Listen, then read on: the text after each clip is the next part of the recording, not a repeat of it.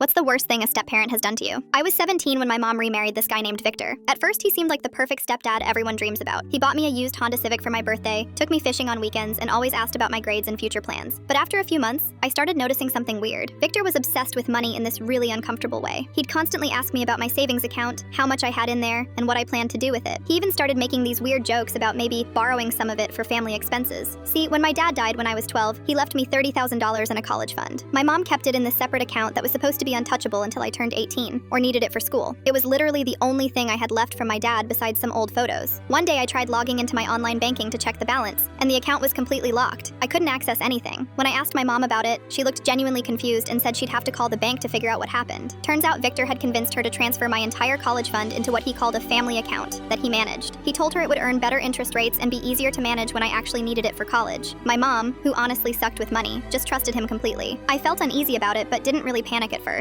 I mean, it was still my money, right? Victor kept reassuring me that every penny was safe and actually growing faster than before. He'd pat my shoulder and say things like, "Don't worry, kiddo, Uncle Victor's got you covered." But then 3 months later, my mom suddenly announced over dinner that we couldn't afford to send me to my first choice university. She said we'd have to look at community colleges instead because money was tighter than expected. I was furious and confused because nothing had changed with our household income. That's when I decided to call the bank directly. The lady on the phone confirmed that yes, the money had been withdrawn in chunks over the past few months. When I asked for details, she said there had been several large withdrawals totaling almost $25,000. I confronted Victor that night, and he got all defensive. He claimed it was for essential house expenses and emergency repairs that I wouldn't understand. But I knew our mortgage payment, and I knew we hadn't had any major emergencies. Our bills definitely weren't anywhere near $25,000. When I told my mom what the bank said, she actually defended him. She said Victor was doing his best to take care of our family, and that I was being ungrateful. She told me to stop making trouble and trust that adults knew better than I did about financial planning. So I decided to do some detective work. I secretly went through Victor's wallet when he was in the shower and found receipts for stuff that definitely wasn't house expenses. There were charges for a $1,000 set of golf clubs, expensive bottles of whiskey, fancy dinners at restaurants we'd never been to, and even a weekend trip to Vegas that he'd taken with his business colleagues. When I showed my mom the receipts, she accused me of violating Victor's privacy and making things up to sabotage her marriage. She said I was jealous because she'd found happiness again, and that I needed to grow up and accept that Victor was part of our family now. That was my breaking point. I waited until we were all sitting at dinner the next night, and I slammed every single bank statement and credit card receipt onto the table. I told them both exactly where every penny of my dad's money had gone, down to the last golf ball and shot of whiskey. Victor went completely pale and started stuttering about how he could explain everything. My mom just burst into tears and started screaming at both of us. It turned into the biggest fight our family had ever had, with neighbors probably hearing us 3 houses down. I packed a bag that night and moved in with my aunt across town. My mom called me a few days later, crying and saying that Victor had admitted to using the money, but promised he'd pay it all back eventually. She begged me to come home and give him another chance. I laughed bitterly and told her I was done with both of them. Years later, I found out Victor never paid back a single dime, and my mom ended up divorced and completely broke when he eventually ran off with his secretary.